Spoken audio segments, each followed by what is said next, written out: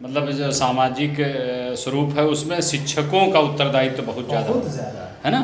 बहुत हम जो महसूस करते हैं, मतलब निष्पक्ष बात कह रहे हैं कि कहीं न कहीं गुरु ने अपना जो गुरुवत भाव है उसमें कमी हुई है, बिल्कुल बहुत हुई है, बहुत बड़ी कमी हुई बहुत हुई है।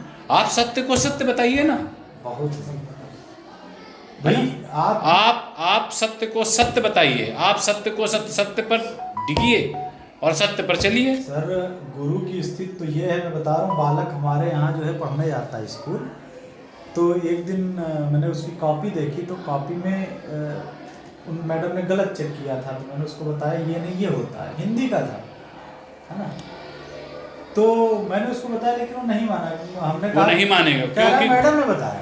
हाँ, वो बात ये है ना कि गुरु केंद्रित है। हाँ। और उसके प्रत्येक बात की, गुरु की प्रत्येक बात को सत्य मान करके, भले वो तो जब सत्य मान रहा तो फिर समाज का व्यवस्था क्यों बिगड़ रही है?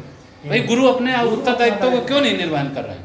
निर्वहन कौन करेगा? इंजीनियर करेगा जिसको अपना कंस्ट्रक्शन करना है, डॉक्टर करेगा जिसको अपनी चिकित्सा पद्धति से अधिक लोगों को बचाना है।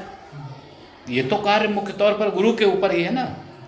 गुरु को अपने सामाजिक स्वरूप में नैतिकता के पाठ पढ़ाना है, सामाजिक समरसता का भी पाठ पढ़ाना है, और उत्तरदायित्वों का, कर्तव्यों का ये भी पाठ पढ़ाना है। शिक्षा के साथ साथ ये सारी चीज़ें भी तो गुरु के ऊपर थी। पहले के समय में गुरु जी को कौन सा बड़े पुरस्कार या बहुत कोई व्यवस्था नहीं थी, कोई, लेकिन गुरु अपने उत्तरदायित्वों का निर्वहन बहुत बाखूबी करते थे, आज भी कर रहे हैं, लेकिन कुछ कहीं ना कहीं कुछ कमी हुई है। तभी ये समाज है ना, एक कारण हम केंद्रित जैसे हो रहे हैं। वो हमको याद आ रहा कि द्रोणाचार्य से भी कहा था कि हे केशव, मैं हस्तिनापुर के सिंहासन पर जो विराजित होगा मैं उसी का साथ दूंगा, उसी का साथ। तो अब कृष्ण जी से उन्होंने कहा, और हस्त्रबाद में क्या हुआ आप जानते हैं। तो सिंहासन के अधीन थोड़ा ना रहिए, गुरु को रहना चाहिए जो सत्य है उसके अधीन रहना चाहिए। और हर कालखंड में जब भी गुरुओं ने कहीं ना कहीं कार्य नकारात्मक श्रेणी में, या कार्य को नकारात्मक श्रेणी में कार्य होते हुए जब मौन हुए हैं, तभी इस संसार में दिक्कतें आई। तो मौन है, हम कह रहे हैं वो गलत नहीं कर रहे हैं, आज भी गुरु कोई गलत नहीं कर रहा, लेकिन जो गलत हो रहा वहाँ मौन हो रहा। ये मौन ही अगले आने वाले समय को, जो सारे संस्कार, जितने भी संस्कार, उनको इवेंट बना दिया, है ना। बस साउंड, म्यूजिक, फोटोग्राफ, बाकी किसी से मतलब नहीं, इवेंट है। तो ये बड़ा मतलब गंभीर विषय है, इसको चिंतन करना पड़ेगा। आगे आने वाली पीढ़ियों के लिए हम क्या दे के जा रहे हैं? भाई हम लोगों की किसी की भी जिंदगी, किसी की उम्र का कोई भरोसा नहीं, किसी कालखंड में कभी नहीं रहा, है ना। सांसें कब तक हैं, चलती नहीं, कब बंद हो जाएं। लेकिन कम से कम ये मनुष्य सोच के जाता है कि हम मिस्टर फलाने फलाने अगली पीढ़ी के लिए कुछ दे जाएं। तो हमें नहीं लगता है कि जो ज़मीन से, बिल्कुल दिया से और कच्ची मिट्टी से, तालाब की मिट्टी से बनाए हुए घर, और मतलब जो साइकिल के वो उससे बनाई हुई चिमनी, है ना, तो इन सब से जो जीवन यापन करते हुए ये पीढ़ी जो हम लोगों को चल रही, वो अगली पीढ़ी के लिए क्या दे जा रहे हैं? संस्कार तक नहीं दे पा रहे हैं। कहते हैं कि हम गार्जियन हैं, अभिभावक हैं, ये हैं, वो हैं, बने हुए धृतराष्ट्र हैं, बाद में सब क्या हालत होगी, यही तो धृतराष्ट्र के पतन का कारण था। तो ज़रूरत आज के समय की है कि गुरुओं को अपने कर्तव्यों को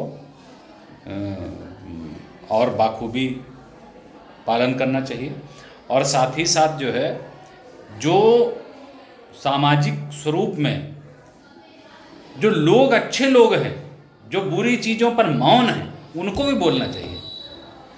कहाँ हम जा रहे हैं, कौन सी हम भौतिकता, कौन से हम विकास, किस चीज़ को हम विकास मानते हैं? रोड पर रोज मर रहे हैं, उसको विकास हम माने हैं? किस तरह से, कौन सी चीज़ को विकास माने भाई?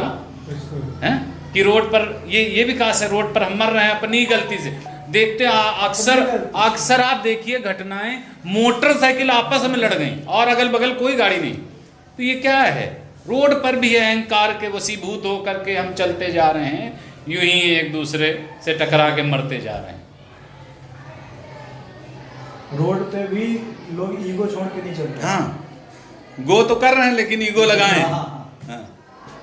तो कौन सा तरीका है जीवन शैली के जीने का? कौन सा तरीका?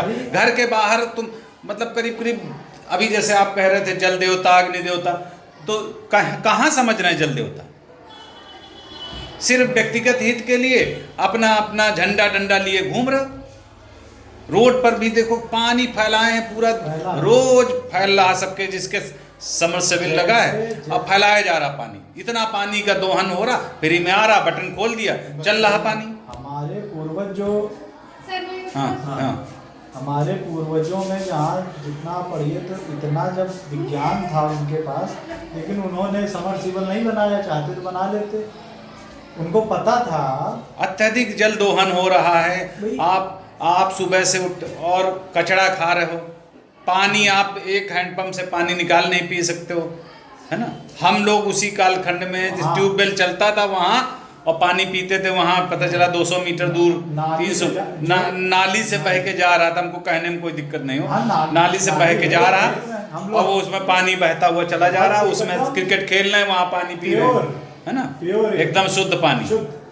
ऐसा आप तब कहीं आरओ की जरूरत नहीं थी, और आरओ का पानी पीने के बाद भी बीमार हो रहा। ये कौन सा विकास है भाई? किस तरह की प्रोग्रेस आप लेकर के उसको प्रोग्रेस का डंका बजा रहे हो? नहीं, यूरोपियन कंट्रीज के हम बराबर हो रहे हैं, बराबर नहीं हो रहे हैं। आप कमजोर हो रहे हैं, आप पंगु हो रहे हैं, आप धीरे धीरे अपनी जो संस्कृति उसको तो नष्ट कर डाले हैं धीरे धीरे, और वहाँ की संस्कृत को जो है यूज एंड थ्रो वाली संस्कृत को अडॉप्ट कर रहे हैं। हर चीज़ों में जो है पहले क्या है, पारिवारिक संगठन चलते थे, अब एक परिवार नहीं चल पा रहा, पति पत्नी नहीं चल पा रहे हैं साथ में। पुरुषार्थ चतुष्टय